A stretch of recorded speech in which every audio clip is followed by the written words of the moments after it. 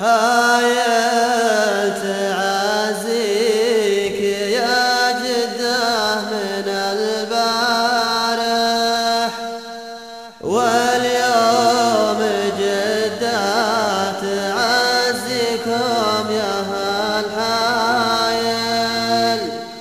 14 نفس راحت والسبب واضح، إهمال تقصير والباقي ماني قايل.